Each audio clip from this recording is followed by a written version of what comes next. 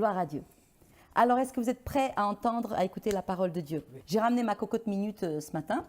C'est pas parce qu'il y a un ragoût dedans ou un bœuf bourguignon, ouais, je sais. Mais c'est parce que j'aimerais avoir cette illustration, parce que j'aimerais vous parler de quelque chose qui est vraiment, vraiment important, qui nous touche tous dans nos vies, tels que nous sommes, depuis un bébé, et même d'ailleurs même dans le ventre de sa mère, jusqu'à notre dernier souffle, qui touche les hommes, les femmes, qui touche même les animaux. Et ça s'appelle les émotions. Et donc j'aimerais vous parler de nos émotions parce que nos émotions sont extrêmement importantes. Et le thème, c'est maîtriser nos émotions avant qu'elles ne nous maîtrisent. Parce que voilà, les émotions font partie de notre existence et c'est une bonne nouvelle, mais ça peut être aussi être une nouvelle un petit peu plus négative, surtout quand nous sommes submergés par tout un tas d'émotions toxiques et négatives.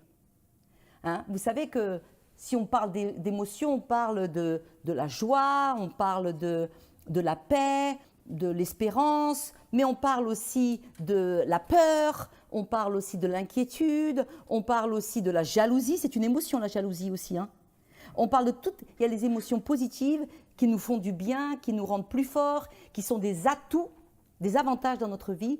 Et puis il y a les émotions qui sont des émotions qui nous nuisent et qui nous font du mal. Donc les émotions font partie de notre existence. Et elle se situe au niveau de notre âme. Vous savez qu'on est fait corps, âme et esprit. Et notre corps, c'est l'enveloppe qui nous porte, qui porte ce que nous sommes, notre esprit. Et cet esprit que tu es, il a une âme. C'est-à-dire, l'âme, c'est ce qui contient toutes tes émotions, qui contient ton intelligence, qui contient ta volonté. Et donc, elle se situe au niveau de ton âme, tes émotions. Et la qualité de tes émotions au quotidien va déterminer la qualité de ta vie en général. Donc plus tu vas vivre des émotions positives, la joie, la gratitude, l'amour, la fierté, l'acceptation, la paix, plus ta vie sera agréable. Je suis sûre que vous êtes tous d'accord avec moi jusqu'à là. Hein. Mais plus tu vas subir des émotions négatives, voire toxiques, comme le stress, la colère, la jalousie, la honte, la culpabilité, et plus ça va abîmer la qualité de ta vie. On est d'accord? Oui. On est d'accord. Vous savez qu'au début, Dieu nous a créés pour avoir des émotions saines, pour vivre la paix, la joie, l'amour, la sérénité. C'était comme ça qu'on a été voulu, créé. Mais le péché est passé par là, la désobéissance et l'entrée du péché dans la race humaine, dans l'histoire de l'humanité, est venue abîmer nos âmes. Nos âmes furent abîmées.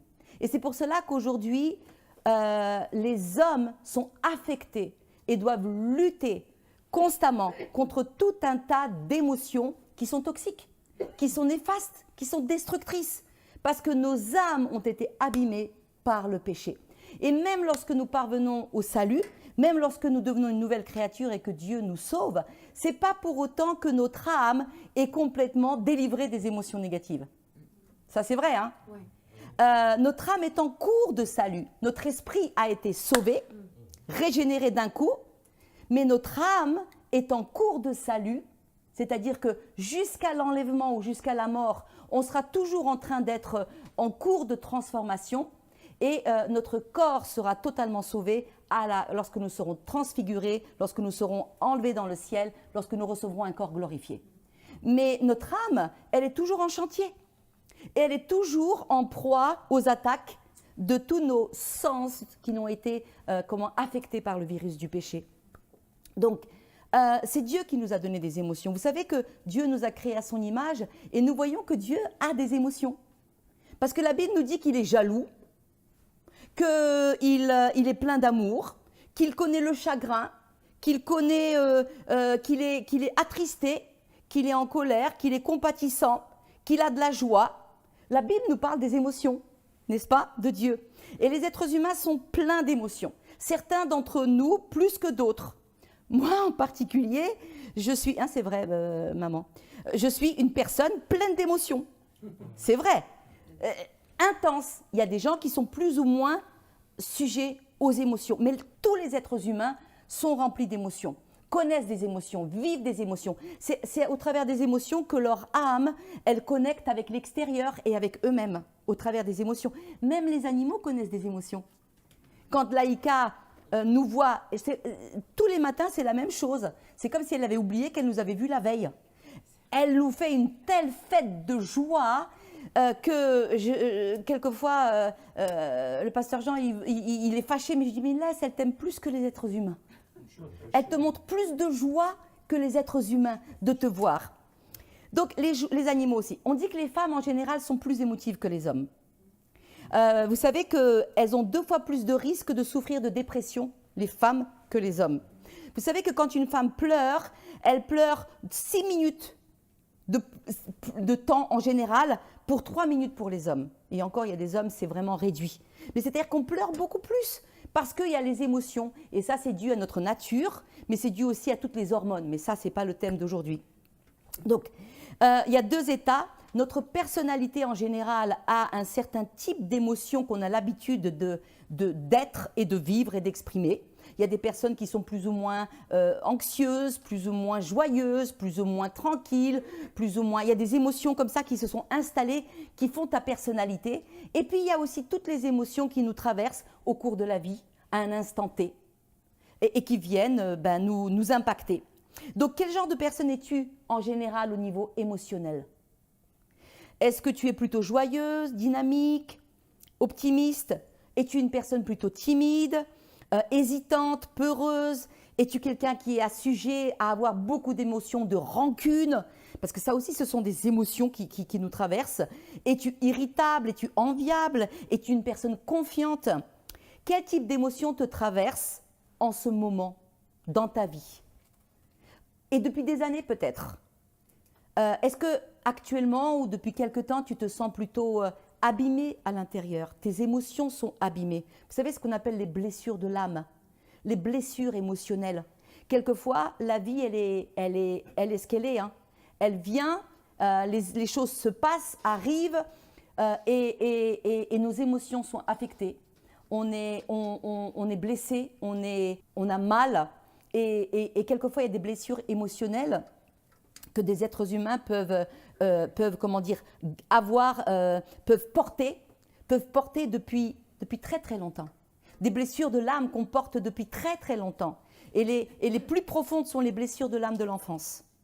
Les choses qu'on a vécues enfant, qui nous ont traumatisés, qui ont marqué nos émotions, dont on n'a pas été guéri, dont on n'a pas su être libéré, elles sont là et on les porte et elles sont en nous. Et donc, ma question, c'est est-ce que tu arrives à les gérer, à les contrôler, ou bien est-ce que tu es submergé par toutes ces émotions? C'est très important de savoir comment gérer nos émotions, parce que pour être une personne résiliente, forte, un chrétien qui est fort, qui est résilient, nous devons apprendre à traiter nos émotions de la façon biblique. Alors donc c'est pour ça que j'aimerais vous parler sur l'impact considérable de nos émotions dans nos vies et que Dieu veut que nous maîtrisions nos émotions. Donc je vais vous parler de l'influence des émotions dans nos vies et j'aimerais vous parler de 3 lois qui vont vous aider à être une personne plus résiliente émotionnellement. Donc c'est quoi l'émotion? Et c'est là que la cocotte minute. Alors c'est quoi l'émotion? Émotion signifie se mouvoir en latin. C'est-à-dire que c'est un mouvement, une énergie qui est à l'intérieur de quelque chose et qui sort vers l'extérieur. Comme quand tu prends la cocotte et tu commences à la mettre sur le feu, d'un seul coup, il y a toute une vapeur qui sort quand tu enlèves ce petit. Eh bien, la vapeur qui sort, c'est comme une émotion. À l'intérieur de toi, il y a des choses qui se passent, il y a des choses que tu vis, il y a des choses que tu expérimentes et il y a des choses, une émotion qui vient et qui va sortir de ton être. C'est une réaction physique et immédiate. C'est comme la cocotte minute. C'est un mouvement, une énergie qui est dedans et qui se manifeste vers l'extérieur. Alors, la différence entre émotion et sentiment, quelquefois on ne sait pas trop. Est-ce qu'il y a une différence entre une émotion et un sentiment? L'émotion, c'est cette vapeur qui sort. C'est quelque chose qu'on voit qui est éphémère et qui va s'estomper. Mais à l'intérieur, il y a de l'eau qui bout et ça, ce sont les sentiments. Les sentiments, c'est une émotion que tu as pensée, que tu as réfléchie et qui finalement a fini par s'installer à l'intérieur de ton cœur. Et ça, c'est une bonne nouvelle ou une mauvaise nouvelle. Ça dépend quel genre de sentiment on a laissé s'installer dans notre cœur. Et il suffit qu'il y ait de l'eau qui bout, quelque chose qui se passe, et ces sentiments qui sont là, ils vont commencer à bouillir et ça va faire jaillir une émotion à l'extérieur. Donc, une émotion, des choses arrivent. Comment elle arrive, une émotion? Des choses arrivent, une situation, une odeur, une musique, une lecture, et d'un seul coup, des émotions sont déclenchées. Et puis après, notre cerveau, le système limbique, il interprète ce que l'on est en train de vivre, nos sens qui nous font ressentir. Il l'interprète par rapport à nos expériences passées, nos pensées, nos souvenirs, et ça génère des ressentis. On a des ressentis. Et ces ressentis, ils peuvent juste soit passer, soit alors ils peuvent s'installer s'ils sont trop fréquents, si c'est trop violent, si ça dure trop longtemps. Ça peut aussi s'installer à l'intérieur de nous et ça crée un sentiment. Et ce sentiment, il va falloir regarder qu'est-ce qui habite mon cœur, parce qu'il y a des choses qui habitent en nous qui nous abîment. Et le Seigneur veut nous en délivrer. Donc, une émotion est déclenchée, il y a un événement. Vous avez vu comment dans les magasins on met de la musique? Et dès qu'on en met de la musique, qu'est-ce qui se passe? Ça crée quelque chose en nous, dans nos émotions. Parce que c'est fait pour ça. Toute la publicité est faite pour créer en vous des émotions. Donc, une odeur, nos pensées vont créer des émotions. Regarde, si tu commences à penser à quelque chose d'anxieux, qui te fait peur, ou une inquiétude, oui, des pensées négatives, automatiquement, ça va générer des émotions qui vont avec. Des émotions d'inquiétude, de peur, d'angoisse. Tu vas te sentir mal, tu auras une émotion parce que c'est le résultat de tes pensées. Donc des pensées positives vont générer des émotions positives comme la joie, la satisfaction, mais des pensées noires, des pensées négatives vont générer des peurs, des anxiétés, le doute, l'angoisse, même des colères. Vous savez quelles sont les 6 émotions de base? La joie, la peur, la tristesse, la colère, la honte, la jalousie, la surprise. Ces 6-là, de ces 6-là, je vais les répéter, découlent toutes les émotions humaines de l'humanité. Toutes les émotions qu'on peut ressentir. Alors, la peur, la colère, la tristesse, la honte, la joie, la surprise. Vous remarquez quoi quand je vous énumère tout ça? il y a plus de négatifs. Il y a beaucoup plus d'émotions toxiques, négatives qui traversent l'humanité que des choses positives. Et ça, c'est parce que nous sommes affectés par le péché qui œuvre inlassablement en nous pour nous détruire. Vous savez, c'est tellement plus facile de glisser dans des pensées négatives que de se hisser vers des pensées positives. Vous êtes d'accord avec moi? Ouais. Quand des choses difficiles nous arrivent, on glisse sans faire des efforts vers le négatif, vers l'anxiété, vers la détresse, vers la colère, vers les pensées mauvaises, que plutôt de nous hisser vers des choses positives. Parce que c'est l'œuvre du péché de la chair en nous, contre laquelle nous devons constamment lutter. Et donc, la liste des émotions positives par classement. On pourrait dire que la première, c'est positive, l'amour. Bien que l'amour, les spécialistes ne savent pas trop s'il faut le classer dans les émotions parce qu'ils disent que l'amour, c'est une fonction supérieure. Vous savez que l'amour, ressentir de l'amour, cette émotion d'amour, c'est tellement puissant que quand on ressent de l'amour, ça agite l'ensemble des réseaux cérébraux tous en même temps dans ton cerveau. C'est la seule émotion qui est puissante à ce point-là. Et ça nous montre une chose, ça nous montre que nous avons été créés pour l'amour. Nous avons été créés pour être aimés par Dieu. Nous fonctionnons le mieux dans l'amour. Donc, si on dit l'amour, mais ensuite on a la joie, c'est une émotion extrêmement puissante, la gratitude, la sérénité, la curiosité, l'espoir, la fierté, l'amusement, l'inspiration, l'admiration, tout ça, ce sont des émotions qui sont très positives. Dans les émotions négatives, on peut en citer certaines, la jalousie, la déception, la peur, même si la peur peut être légitime et peut nous faire du bien, mais quand elle s'installe et qu'elle devient toxique, elle devient une émotion négative.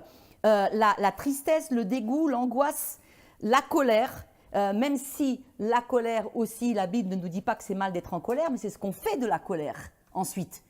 qui peut être mauvais. Vous savez quelle est l'émotion négative la plus puissante, la plus forte? C'est la tristesse. La tristesse, alors que le sentiment de haine ne peut durer qu'1 heure peut-être, quelquefois, la tristesse peut durer même 5 jours. Quand la tristesse s'installe dans le cœur, elle a beaucoup de puissance. C'est une émotion qui est très, très, très forte. On peut se sentir même jusqu'à 240 fois plus longtemps triste que gêné, surpris ou même irrité. Est-ce que vous savez qu'il faut 3 émotions positives pour arriver à enrayer, à contrebalancer une émotion négative?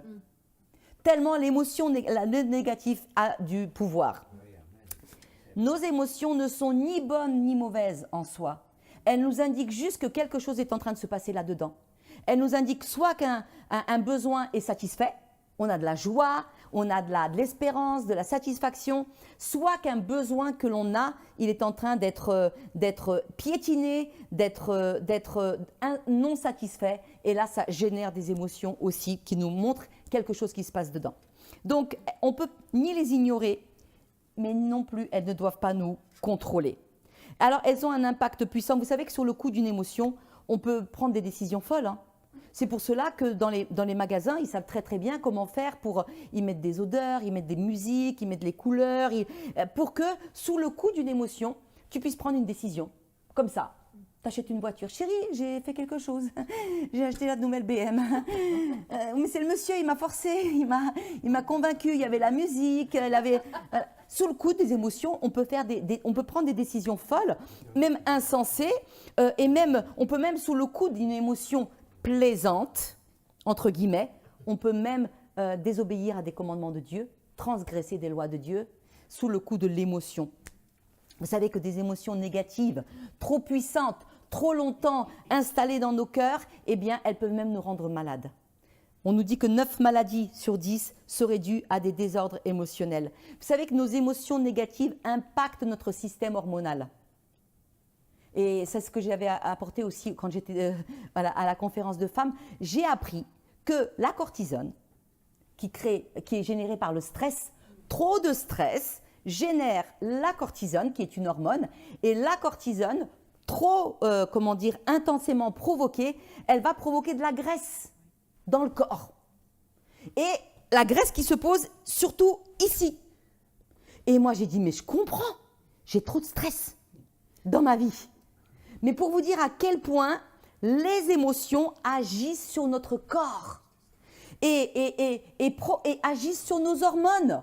C'est pour cela que le Seigneur, eh bien, il nous encourage, il veut nous pousser à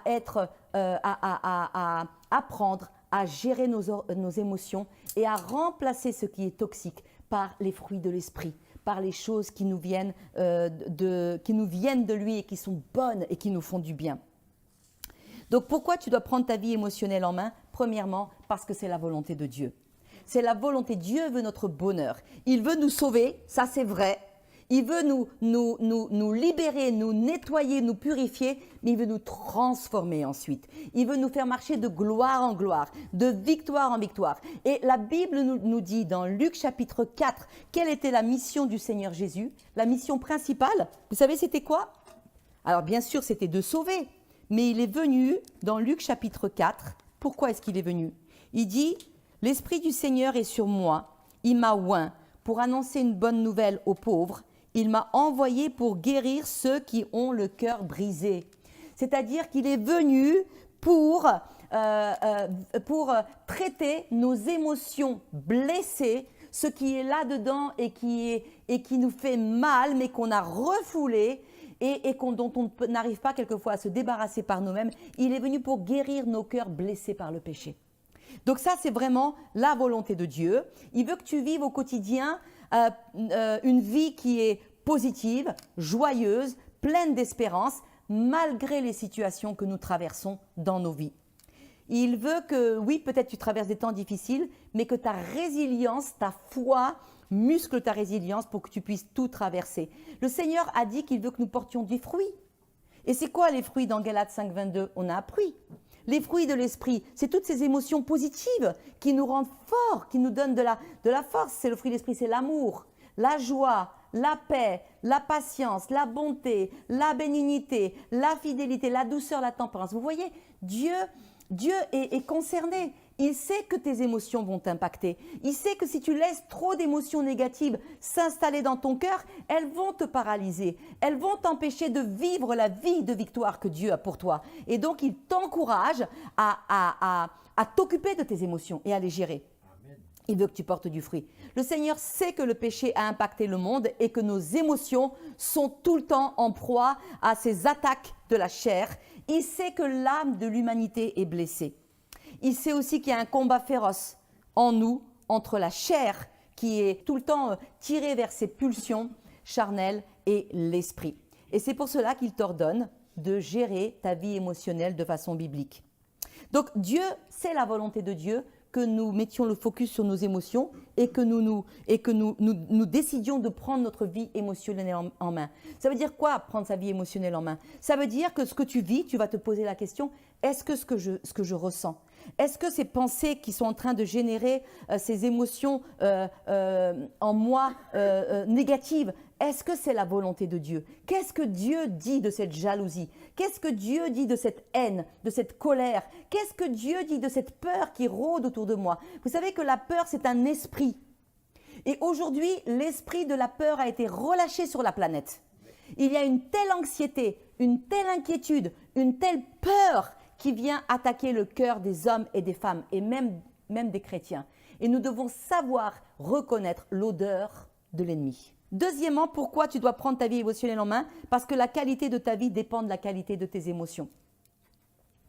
Toutes les émotions ne sont pas bonnes à conserver.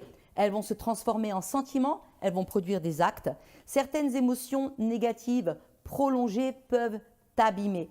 La peur, la tristesse prolongée, l'anxiété, la colère, la déception, ces sentiments que tu laisses s'installer en toi, ces émotions que tu as ressenties quand peut-être tu as raté quelque chose et que ça s'est reproduit et ça s'est reproduit à tel point que ça s'est installé en toi et il y a des sentiments en toi, tu te sens incompétent ou tu te sens pas capable ou tu te sens, peu importe qu'est-ce que c'est ces choses négatives, installées en toi, elles vont t'abîmer. Elles nous abîment. Elle nous abîme. Alors, on aimerait quelquefois pouvoir s'en débarrasser, mais les refouler va faire encore plus de mal. Donc, les émotions négatives doivent être traitées, guéries et transformées. Troisièmement, pourquoi tu dois prendre ta vie émotionnelle en main? C'est parce que, écoutez bien, tout ce qui n'est pas traité, et je me rends compte dans ma vie, j'ai passé un peu d'âge maintenant, j'ai vécu un peu de temps sur cette terre, dans une vie d'un être humain, et je me rends compte que tout ce qui n'est pas traité dans nos vies, que le Saint-Esprit nous montre, qui n'est pas à la gloire de Dieu, qui nous abîme, qui nous détruit, qui vient d'émotions négatives et toxiques, tout ce qui n'est pas traité deviendra une possible source d'achoppement dans notre vie. Tout ce qui n'est pas traité va produire du négatif à un moment ou à un autre et ça va s'empirer. Regardez, la jalousie de Caïn. Il n'a pas traité la jalousie. Les émotions qu'il commençait à avoir négatives contre son frère, qui ont laissé s'installer de la jalousie dans son cœur. Dieu est venu l'avertir. Il a dit « Attention, le péché est en train de se coucher à ta porte, mais toi, domine sur lui. » Ça veut dire que Dieu a donné la capacité à l'homme et à la femme, par la grâce de Dieu, avec l'aide du Saint-Esprit, de dominer sur certaines choses dans la vie. Il a dit « Domine sur lui ». Mais qu'est-ce que Caïn a fait? Il a laissé cette émotion négative de jalousie s'emparer de lui et ça a produit des mauvais actes.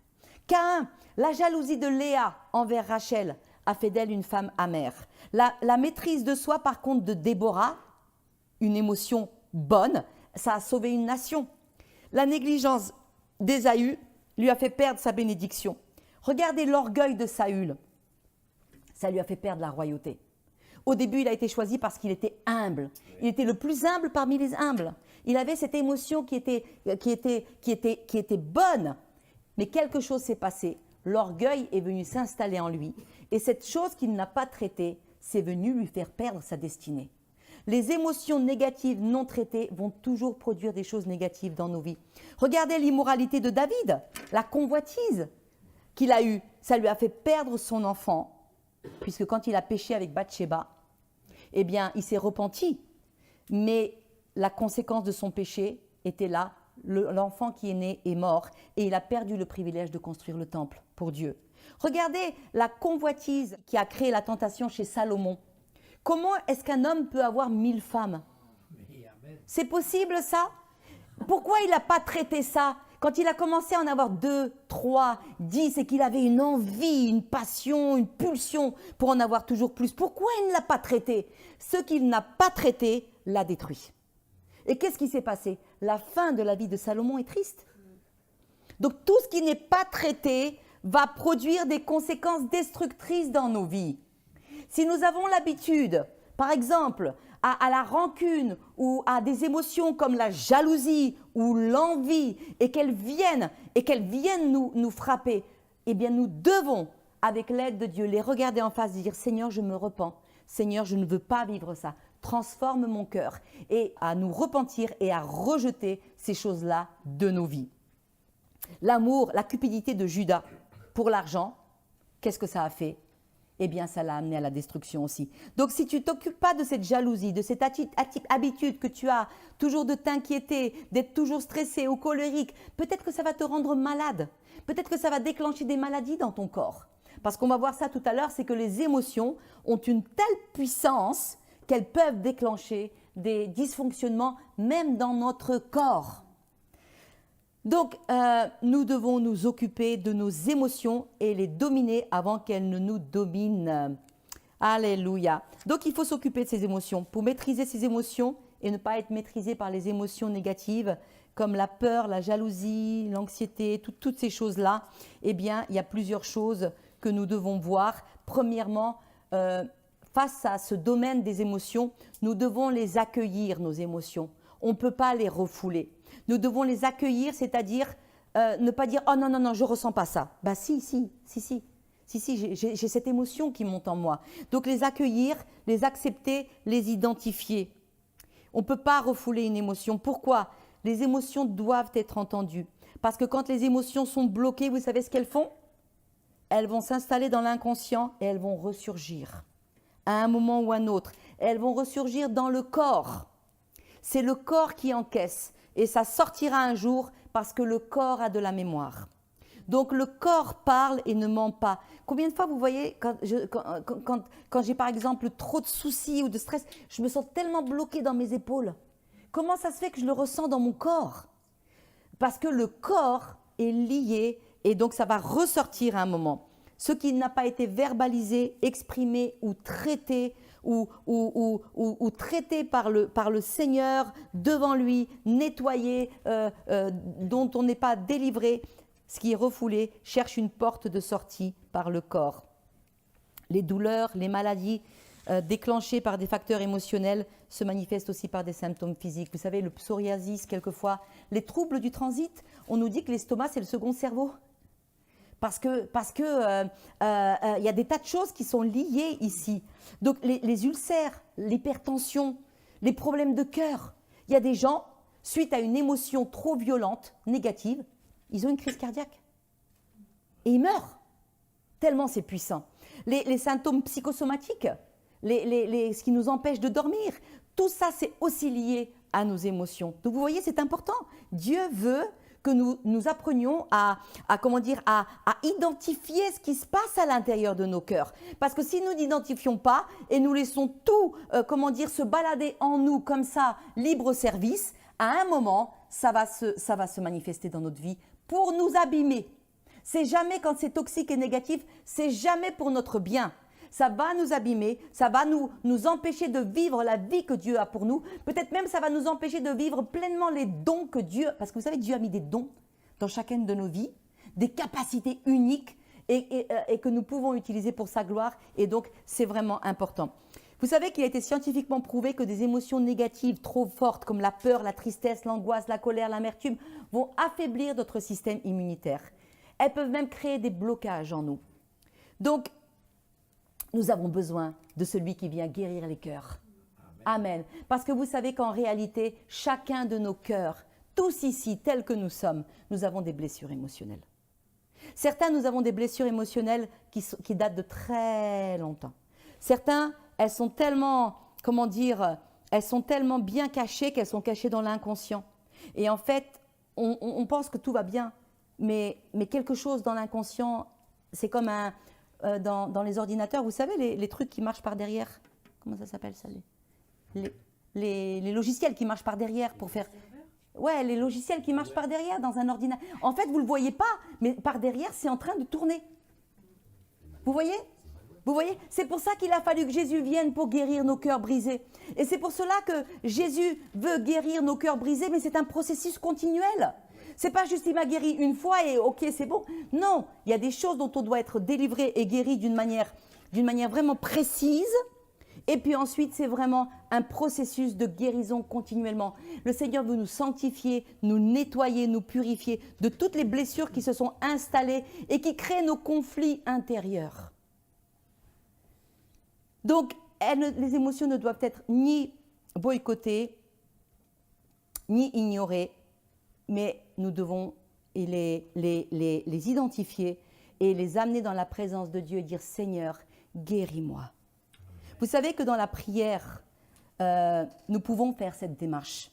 Tous les jours, dans l'intimité avec Dieu, tout seul, là, dans notre chambre, nous venons dans la présence de Dieu et nous demandons, nous nous plaçons là dans sa présence et nous demandons au Saint-Esprit de nous révéler qu'est-ce qui est caché dans l'inconscient de nos cœurs et qui est un logiciel néfaste et qui nous fait peut-être du mal.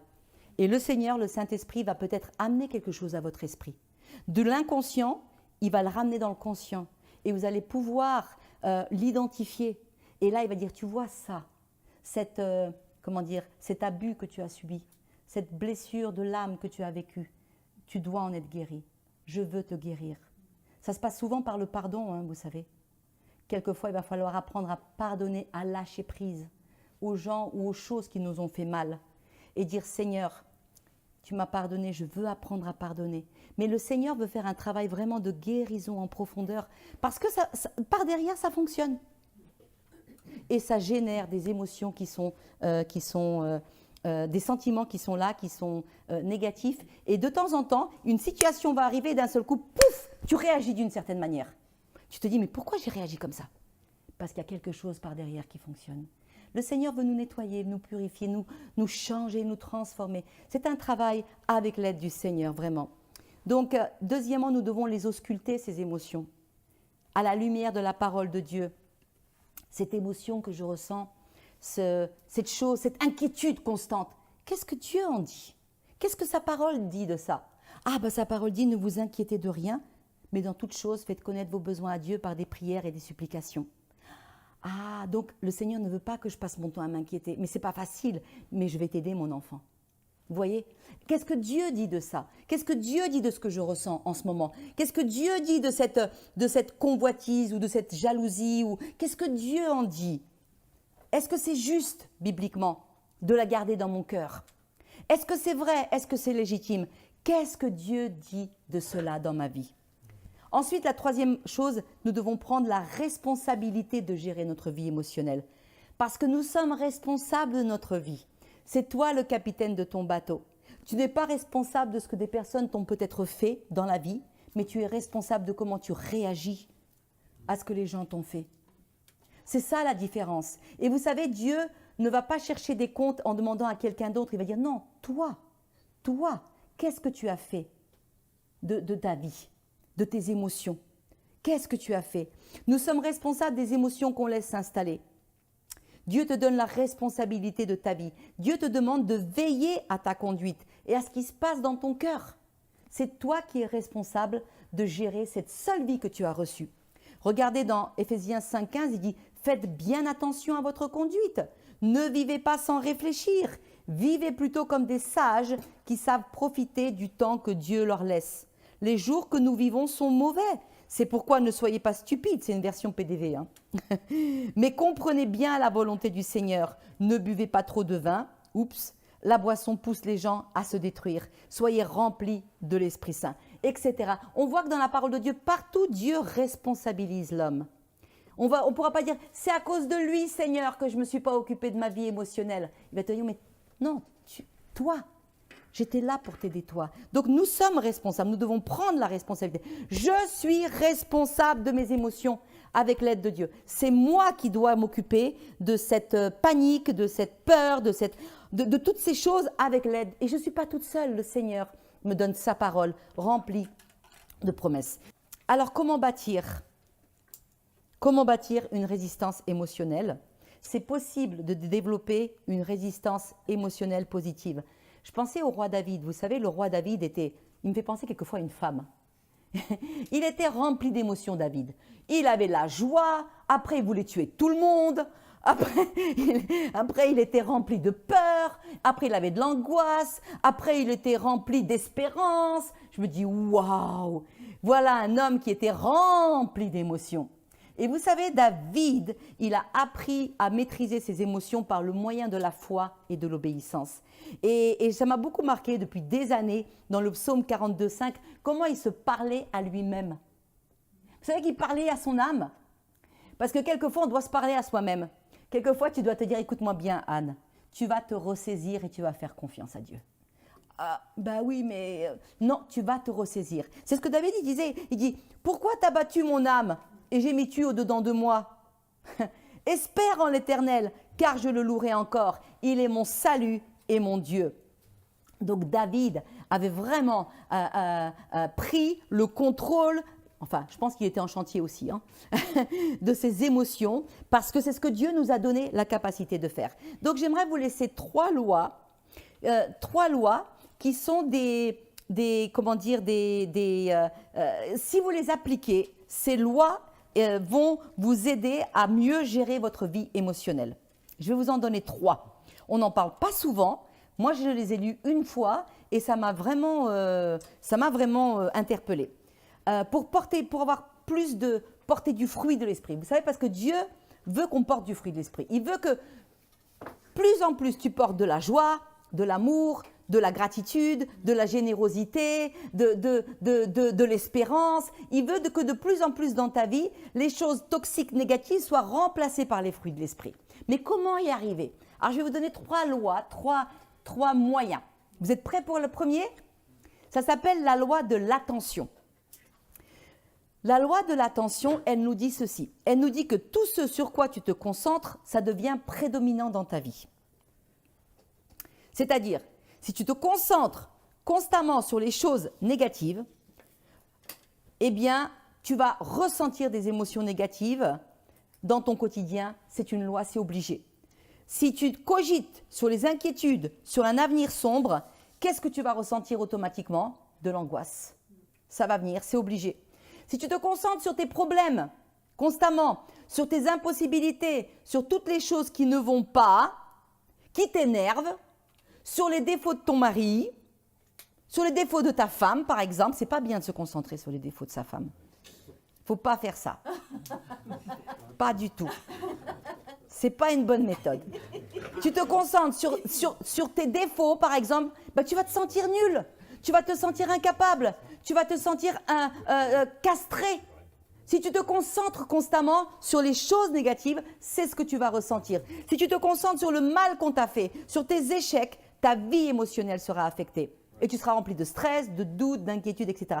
Mais à l'inverse, plus tu te concentres sur les bonnes choses, les choses que tu as reçues, sur les choses que tu as dans ta vie. Tu n'as peut-être pas tout, mais tu as ça et ça et ça. Plus tu te concentres sur les promesses merveilleuses de Dieu, sur la grandeur de Dieu et sur sa puissance, et plus tu sais quoi, c'est automatique. Il va y avoir quelque chose qui va sortir de la cocotte minute et ça va être des émotions remplies de joie, remplies d'expectatives. Et des émotions comme ça vont te rendre plus fort, plus résilient. Ce sera un atout au lieu d'être quelque chose qui va te faire du mal. Donc vous ressentirez toujours ce à quoi vous pensez suffisamment. Ce sur quoi tu braques le projecteur, c'est prédominant dans ta vie. Alors vous savez, la vie, elle a ses hauts et ses bas. Il y aura toujours plus ou moins des degrés d'ombre dans nos vies. Des choses qui vont bien et des choses qui ne vont pas bien. Si tu te concentres avec beaucoup de concentration sur tout ce qui ne va pas, tu vas ressentir ces émotions-là jaillir inévitablement. Et si tu commences à les intellectualiser, à les penser, à les réfléchir, elles vont se transformer en sentiments. Ça veut dire qu'elles vont rentrer à l'intérieur de toi et ça va être quelque chose que qui va comment dire, impacter ta vie vraiment très fort. Vous savez, tout dépend sur quoi tu braques ton attention quand tu passes un moment d'épreuve. Paul et Silas, ils étaient dans la prison à Philippe. Hein?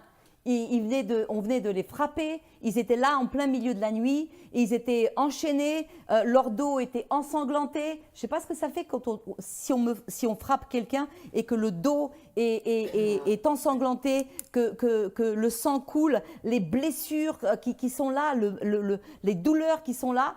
Et là, ils étaient dans la prison tous les deux enchaînés. Ils ne savaient pas ce qui allait leur arriver, qu'est-ce qu'on allait faire d'eux. Ils auraient pu très bien braquer leur projecteur sur tous les malheurs, hein, et se dire mais regarde, on est là, se concentrer sur pourquoi Dieu les a abandonnés, pourquoi est-ce qu'ils sont obligés de passer par là, c'est pas juste. Eux, ils ont juste, comment dire, accompli la volonté de Dieu. Non, ils ont volontairement, intentionnellement décidé de braquer leur attention sur la gloire de Dieu, le privilège que c'était de souffrir pour Dieu, le privilège de servir Dieu, la puissance de Dieu. Et alors, automatiquement, qu'est-ce qu'ils ont fait? Les actes ont suivi. Et en plein milieu de la souffrance, là, de la nuit, eux, ils étaient en train de chanter, louer Dieu. Et leur louange, qu'est-ce qu'elle a fait? Elle a amené le miracle. En plein milieu de la nuit, d'un seul coup, il y a eu un tremblement de terre et toutes les chaînes de tous les prisonniers sont tombées, les portes se sont ouvertes et là, le Seigneur était venu les secourir. Et bien sûr, vous savez la suite, le geôlier, etc., qui s'est fait baptiser cette nuit-là, etc. Tout dépend sur quoi tu braques ton projecteur. Si tu veux augmenter ta résistance émotionnelle, tu dois concentrer volontairement, quotidiennement, tes yeux sur les bienfaits de Dieu. Sur les bienfaits de Dieu, pas sur tes défauts, pas sur les choses qui sont difficiles, parce qu'il y en a et il y en aura, mais braque ton attention sur les bienfaits de Dieu, sur la puissance de Dieu, sur les promesses glorieuses de Dieu. C'est ce qu'a fait cet homme. Vous le connaissez, lui, hein? C'est Nick Vujicic. Je ne sais pas comment on peut s'appeler comme ça, c'est très difficile. Nick Vujicic, c'est un Croate. Cet homme-là, il est né sans bras et sans jambes. Vous voyez là, il n'a pas de jambes en fait. Ça, c'est un bout de jambe, un bout de pied sur un bout de jambe. Il n'a pas de jambes et pas de jambes et pas de bras. Cet homme-là, il est né comme ça. Très difficile de ne pas braquer son attention sur ce qu'il était, n'est-ce pas? Vous savez que très longtemps, c'était très difficile. Les combats qu'il a connus pour lutter contre des émotions négatives, désespérantes, ils étaient violents, hein? Très violents. J'ose même pas imaginer ce que ça devait être. Il était tellement désespéré quand il était jeune qu'il a tenté même de se suicider en se noyant dans une baignoire. Et même ça, il a raté. Et à un moment, il a dû décider dans sa vie, comme toi et moi, on doit décider à un moment dans notre vie ou à un moment dans les circonstances qu'on traverse actuellement de notre vie, on doit décider sur quoi on va braquer notre projecteur. À un moment, il a dû prendre la décision sur quoi il allait braquer son projecteur. Et il a décidé de braquer son projecteur sur les promesses de Dieu, sur la fidélité de Dieu, sur la grandeur de Dieu, même s'il ne comprenait pas pourquoi ça lui arrivait. Parce que vous pensez bien qu'il a prié pour être guéri. Il a prié pour que ses mains et ses pieds repoussent. Et à partir du moment où il a décidé non pas de faire de sa vie un désastre, une lamentation et de se dire « pauvre que je suis, regarde Dieu » et voilà, il a décidé de changer ça et de faire de cette situation quelque chose qui va glorifier Dieu. Eh bien, il s'est levé avec un nouvel état d'esprit. Et il a commencé à prêcher la parole de Dieu. Et vous savez ce qu'il fait aujourd'hui, cet homme qui n'a pas de bras, pas de jambes? Regardez là, il a son bout de pied qui est posé sur sa Bible, en fait. Eh bien, il va dans le monde entier. Il est invité dans les collèges, les lycées, là où il y a des enfants délinquants, dans les églises, là où nous sommes nous tous, quelquefois les chrétiens, qui quelquefois nous décourageons. Et c'est la vie aussi. Et il va pour encourager les gens à ne jamais baisser les bras, à ne jamais douter de la bonté de Dieu, à ne jamais douter que Dieu peut faire par la puissance qui agit en nous infiniment au-delà de tout ce que nous pouvons demander. Il a décidé que il allait faire un citron, une citronnade du citron que la vie lui avait donné. Parce que quelquefois c'est comme ça, quelquefois les choses sont comme ça. Qu'est-ce que tu vas faire de la situation? Est-ce que tu vas te lever et proclamer les bontés de Dieu? Ou bien alors, tu vas te focaliser sur tout ce qui ne va pas et ça va te dépouiller de toutes les choses glorieuses que le Seigneur veut faire. Donc c'est très important, la loi de l'attention. Plus tu vas braquer ton projecteur sur ce qui est bon, sur ce qui est merveilleux, et plus le Seigneur va augmenter les émotions dans ta vie, comme la gratitude, la joie. Et aujourd'hui, je ne vous ai pas ramené les autres photos, mais non seulement il parcourt le monde pour relever ceux qui sont découragés, mais en plus de ça, il s'est marié avec une femme qui est une beauté et il a 3 enfants. Donc, vous voyez, c'est tellement important, intentionnellement, de décider d'enlever nos yeux sur de nos problèmes et de dire du Seigneur, ok, que ta volonté soit faite. Et Seigneur Jésus-Christ, je veux t'honorer, te servir, je veux vivre la joie parce que Seigneur Jésus, c'est ce que tu vas faire des grandes choses dans ma vie et tu feras concourir toutes choses à mon bien. Oh, ce verset, oh là là, pas facile, hein. On le dit, mais de le vivre, c'est pas facile. Et pourtant, il est là. Et s'il est là, c'est que le Seigneur va le faire. Il fera concourir toutes choses à ton bien, si tu l'aimes de tout ton cœur. La deuxième loi, pour aller un peu plus vite, c'est la loi de l'échange. La loi de l'échange. Pour améliorer ta vie émotionnelle et être plus résilient, la loi de l'échange dit qu'on ne peut penser qu'une seule pensée à la fois. On ne peut s'en débarrasser qu'en la remplaçant. Donc, comme ta vie émotionnelle est le résultat de tes pensées, tu dois apprendre à contrôler tes pensées. Et tu dois remplacer les pensées toxiques et négatives qui vont générer des émotions négatives par les puissantes promesses de Dieu. Donc, premièrement, apprends à contrôler tes pensées. Ta vie émotionnelle est le résultat de tes pensées. Tu ne peux pas penser des choses belles et positives et te sentir déprimé. C'est pas possible. C'est pas possible. Si ton esprit est rempli d'espérance, de pensée, que tu choisis de croire les promesses de Dieu, tu ne peux pas te sentir déprimé. Et tu ne peux pas ruminer des idées et des pensées de découragement et ressentir de la joie. On ressent toujours ce à quoi on pense. Donc, alors, comme on ne peut pas chasser une pensée qu'en la remplaçant, si tu veux augmenter ton bien-être émotionnel, tu dois être transformé dans ton esprit et discipliner ton esprit.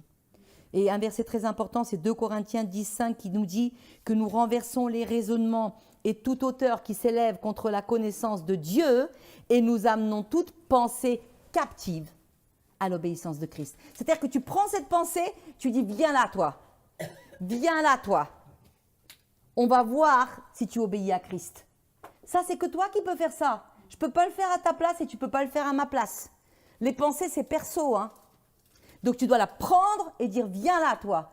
Est-ce que tu glorifies Dieu? Est-ce que c'est conforme à ce que Dieu dit? Et avoir notre intelligence ainsi qui est renouvelée.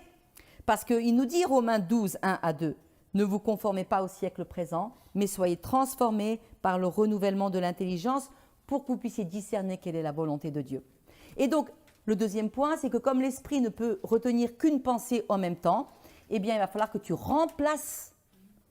Parce que si tu te focalises à « non, je ne veux pas penser cette pensée, je ne veux pas », en fait, tu lui donnes de la force. Donc, ce n'est pas comme ça que ça marche. Mais il faut remplacer les pensées négatives qui sont contraires à ce que Dieu dit par les pensées divines. Alléluia. Donc, et la troisième loi, c'est la loi de la réversibilité. La loi de la réversibilité, c'est l'une des moins connues. Donc, j'ai dit la loi de l'attention, la loi de l'échange, remplacer les pensées toxiques par des pensées de la parole de Dieu. Et la troisième loi, c'est la loi de la réversibilité.